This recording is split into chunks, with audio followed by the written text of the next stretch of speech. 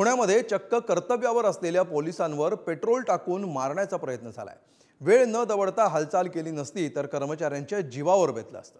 Drunk and ड्राईव्हच्या कारवाईच्या वेळी एका तळीरामानं हे धक्कादायक कृत्य केलंय। पाहूया याविषयीचा सविस्तर रिपोर्ट। पेट्रोल टाकल्यानंतर त्याच्या हातामध्ये लायटर सुद्धा होता। होम मिनिस्टर झोपलेत का हे कुठेतरी आपल्याला बघावं लागेल। सुसंस्कृत पुण्यामध्ये कायदा सुव्यवस्थेचा पुरता बोजवारा उडालाय का असा प्रश्न वारंवार ऐरणीवर येतोय। इथली कायदा सुव्यवस्था कायम राखण्यासाठी नागरिकांना शांत वातावरणात जगता यावं म्हणून पोलीस जंग पछाडतायत। मात्र त्यांचा प्रत्येक प्रयत्न अयशस्वी ठरतोय का? कारण गुंडांच्या मुजोरीनं सगळ्याच मर्यादा ओलांडत थेट अहोरात्र डोळ्यात तेल घालत जागता पहारा घालणाऱ्या जीवावर उदार होणाऱ्या कायद्याच्या रक्षकांनाच पेटवून मारण्याचा प्रयत्न झालाय, ते सुद्धा थेट पोलीस ठाण्यात। अंगाचा थरकाप उडवणारा आणि तितकाच संतापजनक प्रकार। सदरची घटना सदर इस्माला बुधवार चौकात पकडण्यात आलं होतं। सदरची घटना जी आहे पेट्रोल टाकण्याची आणि जाळण्याची प्रक्रिया त्याने केलेली आहे ती आतमध्ये घडलेली आहे। फरसखाना मध्यभागी पेट्रोल टाकल्यानंतर त्याच्या हातामध्ये लायटर सुद्धा होता। सदरचा लायटरही त्याने चालू करण्याचा प्रयत्न केला, परंतु ती दिशा उलटी असल्यामुळे पुढील घटना। पुणे बिल्डर पुत्र पोर्शे कार दुहेरी बळी प्रकरणानंतर तळीरामांवर पुणे पोलिसांची करडी नजर आहे।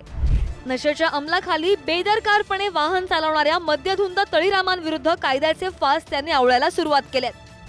त्याचाच एक भाग म्हणून शुक्रवारी नाकाबंदी लावून तळीरामांची चाचपणी केली। संजय साळवे या जिंकलेल्या बाईकस्वाराला ताब्यात घेऊन फरासखाना पोलीस ठाण्यात आणलं। तिथं त्यानं चक्क पोलिसांवर पेट्रोल टाकून जाळून मारण्याचा प्रयत्न केला।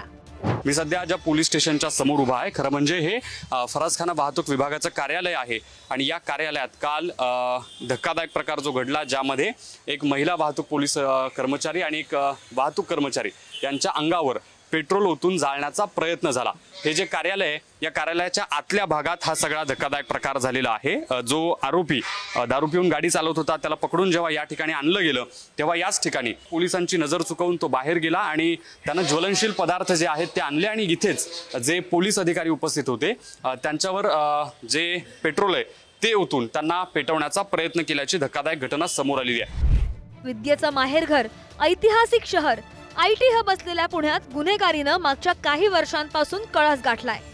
ड्रग्ज रॅकेटचा पर्दाफाश झाल्यानंतर ललित पाटीलनं ससूनमधून केलेलं पलायन, गुंड शरद मोहोळची भर दिवसा गोळ्या झाडून हत्या झाली, कोयता गँगचा धुडगूस, गाड्यांची तोडफोड, नागरिकांवर प्राणघातक हल्ल्याचं सत्र, महसुली अधिकारी झालेल्या तरुणीची राजगडावर झालेली हत्या, सदाशिव पेठेत दिवसा उजेडी विकृतानं कोयत्यानं केलेला हल्ला, अशा अनेक घटनांनी मागील काही वर्षांपासून पुणे हादरतंय।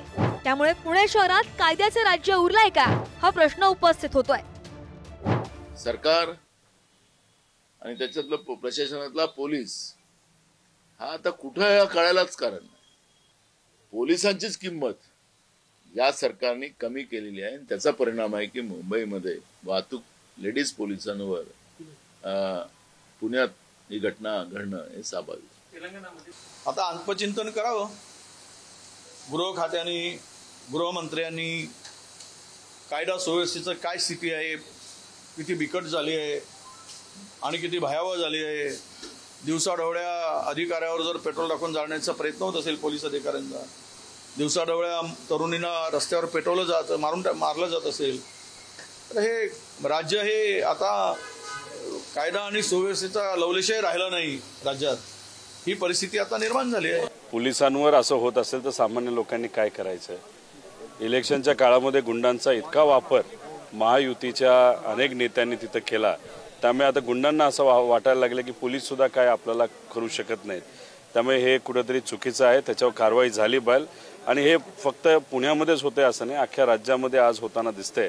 त्यामुळे होम मिनिस्टर झोपलेत का हे कुठेतरी आपल्याला बघावं लागेल। या घटनेनंतर पुण्यामध्ये कायद्याचा धाक कितपत उरलेला आहे हे स्पष्ट दिसतंय। पोलिसांना पोलीस ठाण्यातच जाळण्याचा प्रयत्न होत असेल तर सामान्य पुणेकरांचं काय असा प्रश्न सुद्धा उपस्थित होतोय। गुन्हेगारांच्या दहशतीखाली जीव मुठीत जगण्याची वेळ आलेल्या पुणेकरांचा अजूनही पोलिसांवर विश्वास आहे। तो अढळ राहण्यासाठी आता तरी कठोर पावलं उचलावी ही अपेक्षा। पुण्यातून बालाजी पोद्दार, ज्ञानेश्वर चौतमलसह रशिदी नामदार, पुढारी न्यूज।